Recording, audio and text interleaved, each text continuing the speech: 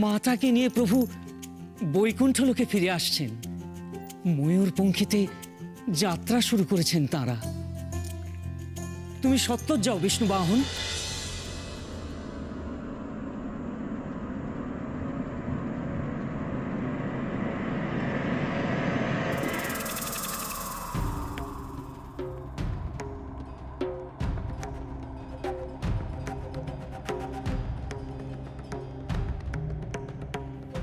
এই সুবর্ণ সুযোগ, আমায় পরীক্ষা করতে হবে নারায়ণের শক্তি এখনো অটুট আছে নাকি সত্যিই ক্ষীণ হয়েছে।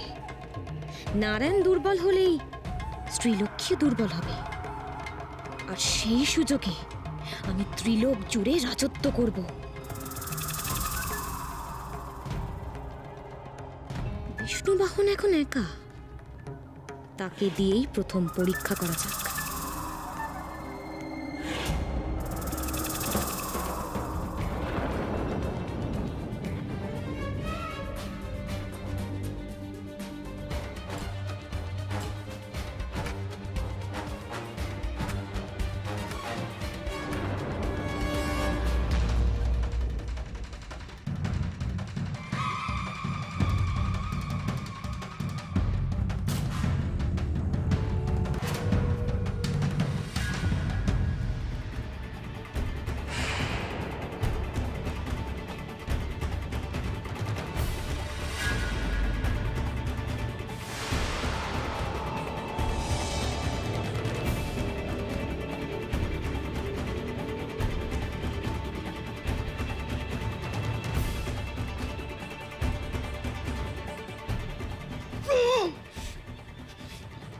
নারায়ণ, রক্ষা করুন প্রভু, প্রভু রক্ষা করুন।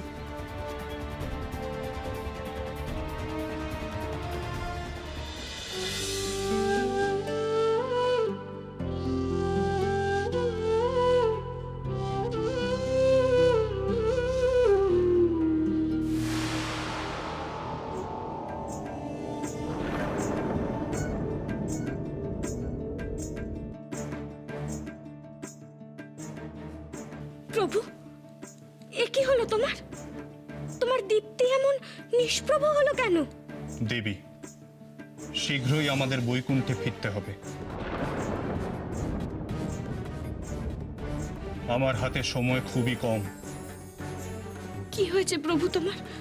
তোমাকে এমন উদ্বিগ্ন দেখাচ্ছে কেন? বৈকুণ্ঠে চলো দেবী, সেখানে তোমাকে সব বলবো।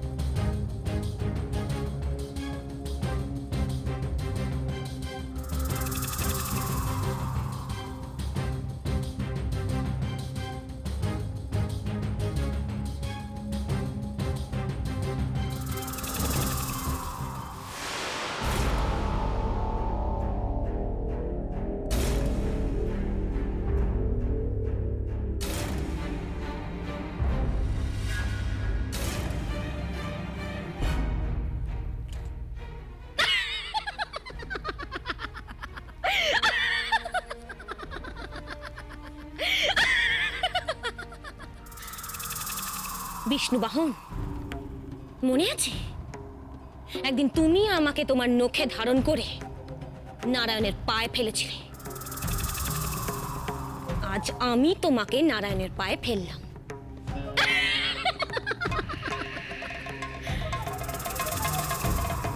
বিষ্ণু বাহনের ডাক বিষ্ণুদেব শুনতে পাননি, তার মানে আমার গণনায় সঠিক। নারায়ণ এখন শক্তিহীন। তার মানে শ্রীলক্ষ্মী এবার শক্তিহীন হবে,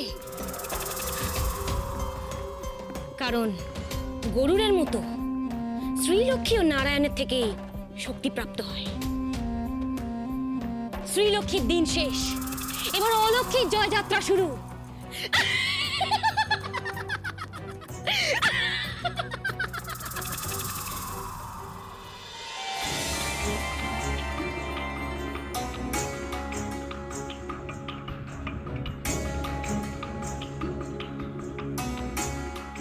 চলো দেবী, আমার বিশ্রামের প্রয়োজন। প্রভু, বললে না তো তুমি কি কারণে উদ্বিগ্ন? দেবী,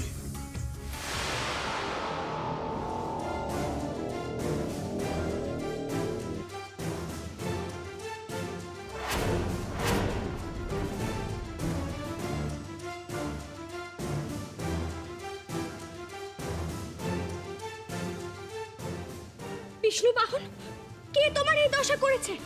বিষ্ণু বাহন,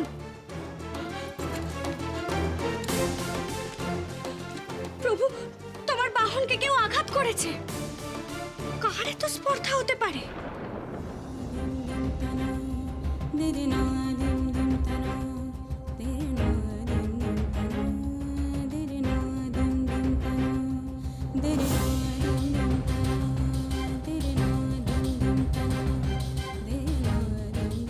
প্রভু, তুমি কেন এমন নিষ্ক্রিয় হয়ে আছো? কেন তোমার সংহার রূপ ধারণ করছো না?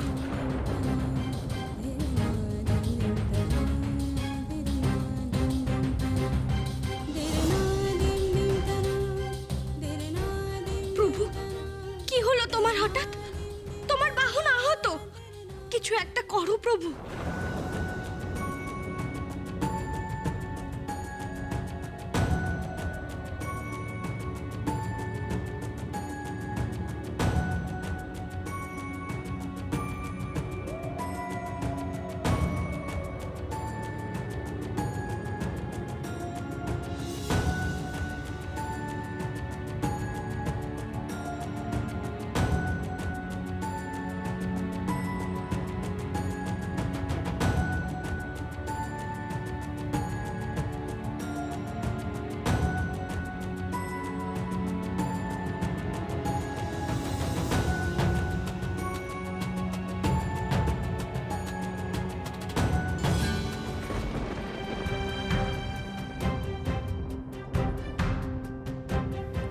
কি হলো প্রভুর হঠাৎ?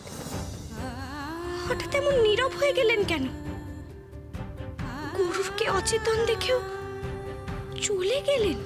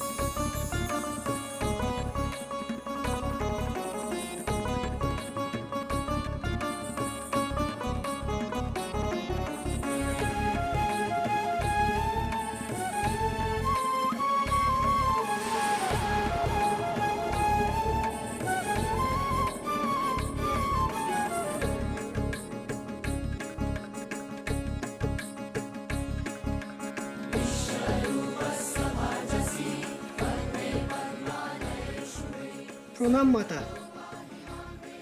আপনার জন্যই চেতনা ফিরে পেলাম আমি। বিষ্ণু বাহন, কি করে তোমার এই দশা হয়েছিল? তুমি তো সর্পবিষে কাতর হও না, তাহলে এ কেমন সর্পবিষ যা বিষ্ণু বাহন গরুরকেও অচেতন করতে পারে? মাতা, মাতা প্রভুর বরে কোনো সর্ববিষই আমার উপর প্রভাব ফেলতে পারে না। কিন্তু আজ আমি শতবার প্রভুর নাম নিয়েও বিষধর এক সর্পকে বিনাশ করতে অক্ষম হলাম মাতা। আমি কিছুই বুঝতে পারছি না মাতা, এমন অদ্ভুত ঘটনা কিভাবে ঘটলো? প্রভু আমাকে রক্ষা করলেন না কেন? তবে কি আমি কোনো অপরাধ করেছি?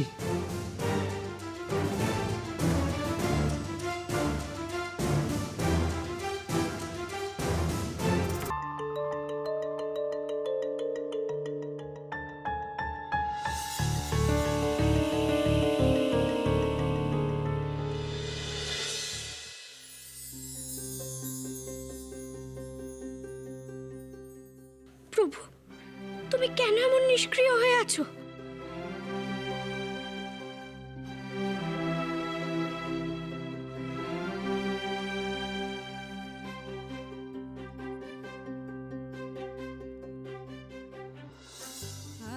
প্রভু, কি হলো তোমার হঠাৎ? তোমার বাহন আহত, কিছু একটা করো প্রভু।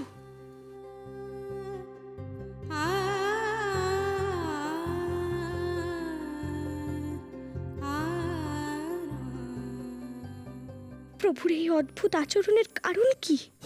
তবে কি তিনি কোনো কারণে বিষ্ণু বাহনের ওপর রুষ্ট হলেন? না, সেরকম তো মনে হলো না। তবে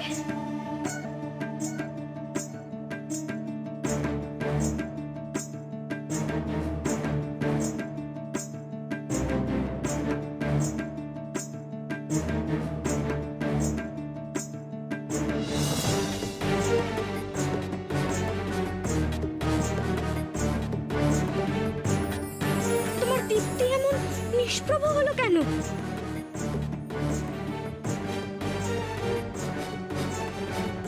প্রভুর এই আচরণের কারণ আমাকে জানতেই হবে।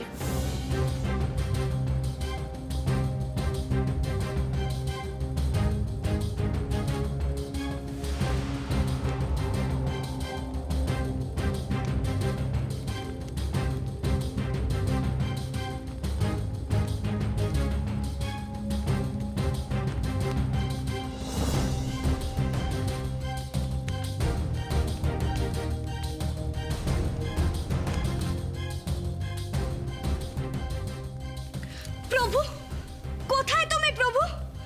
এই ঘোর বিপদ থেকে আমায় রক্ষা করো প্রভু, রক্ষা করো আমায়, রক্ষা করো।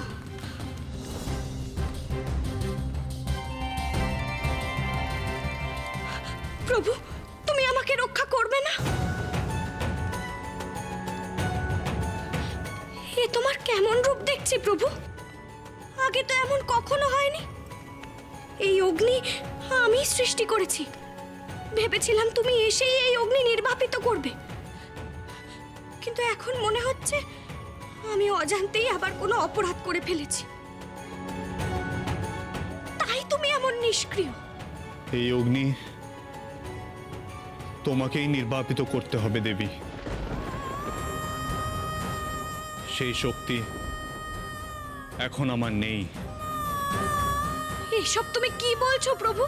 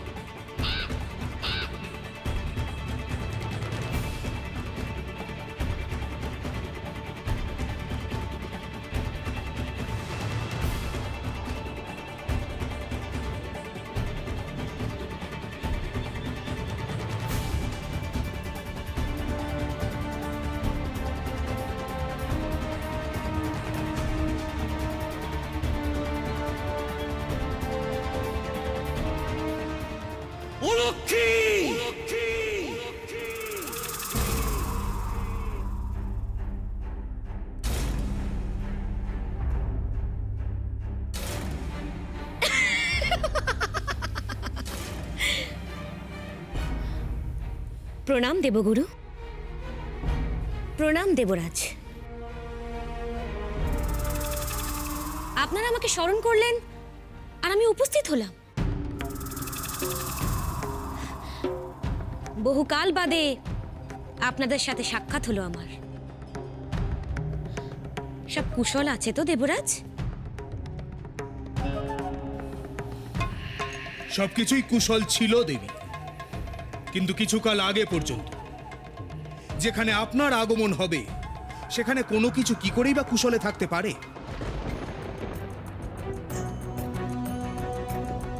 দেবগণ পবিত্র পারিজাত পুষ্প নিয়ে লক্ষ্মীনারায়ণের পাদবন্দনায় যাচ্ছিলেন।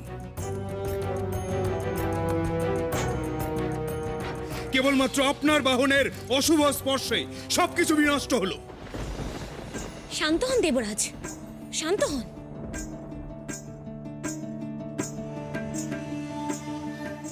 এই আপনার এক দোষ। আপনি যখন যাকে মিত্র রূপে দেখেন তখন একেবারে অন্ধ হয়ে পড়েন। দেবী,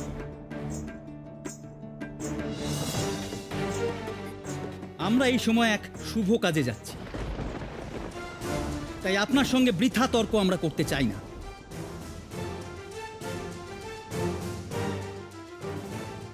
চলুন দেবরাজ।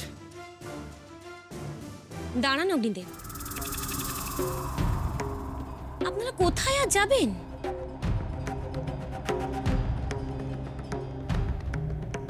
লক্ষ্মী নারায়ণের চরণ বন্দনার আর কি কোনো প্রয়োজন আছে?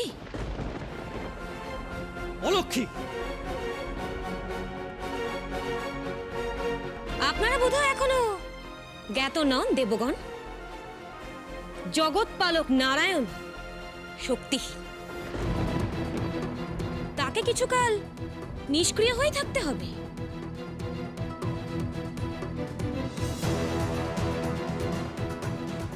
কালের নিয়মে।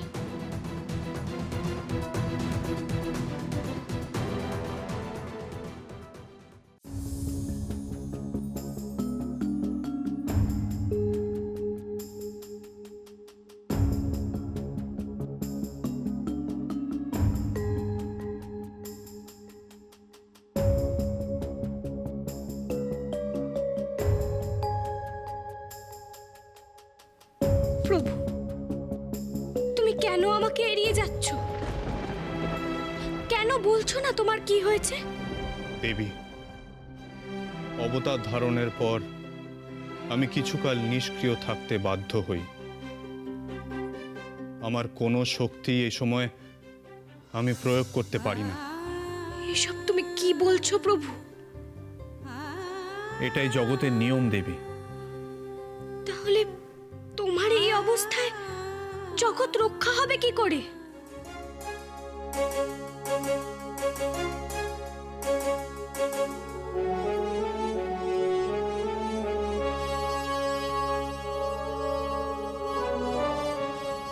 সে দায়িত্ব তোমাকেই গ্রহণ করতে হবে দেবী।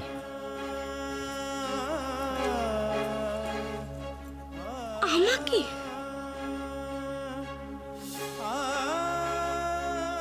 আমার সহধর্মিনী রূপে আমার সকল কর্তব্য তোমাকেই পালন করতে হবে দেবী, নচেত এ জগৎ ধ্বংস হবে। জগৎ পালকের কর্তব্য পালন করব আমি? সে কি করে সম্ভব প্রভু?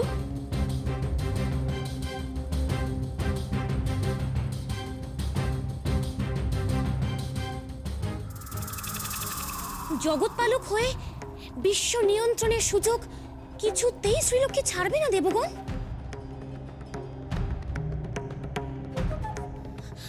আপনাদের এখনই কিছু একটা করা উচিত। থাক দেবী,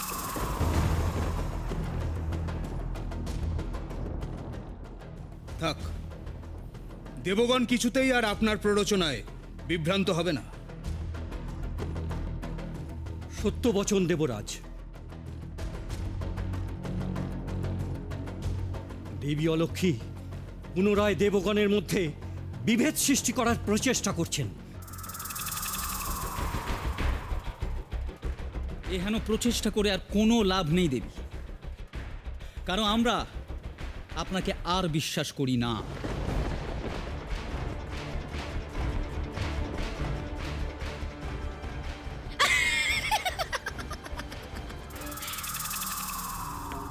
অচিরেই আপনাদের এ ভুল ভাঙবে অগ্নিদেব। শ্রীলক্ষ্মীর কৌশল আপনারা কেউ বুঝতে পারছেন না, তাই আমাকে অবিশ্বাস করছেন। অলক্ষী, দেবী শ্রীলক্ষ্মী সম্পর্কে কোনো রকম কুবাক্য আমরা শুনতে চাই না। দেবী শ্রীলক্ষ্মী বিনা কোথায় থাকতাম আমরা?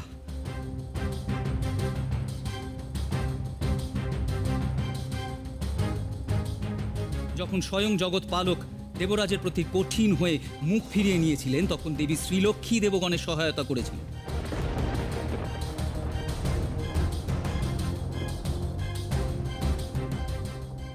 এটাই তো তার কৌশল, দেবগণ।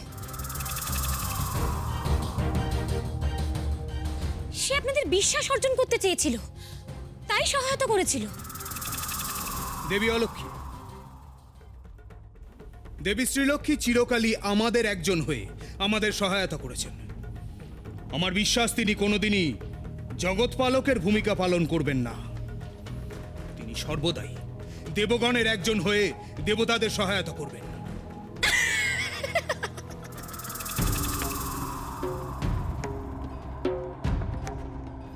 অচিরেই আপনাদের বিশ্বাস ভঙ্গ হবে, দেবরাজ। আর আমি সেই দিনের প্রতীক্ষাই করব। একদিন আপনারা বুঝবেন কে আপনাদের আসল মিত্র।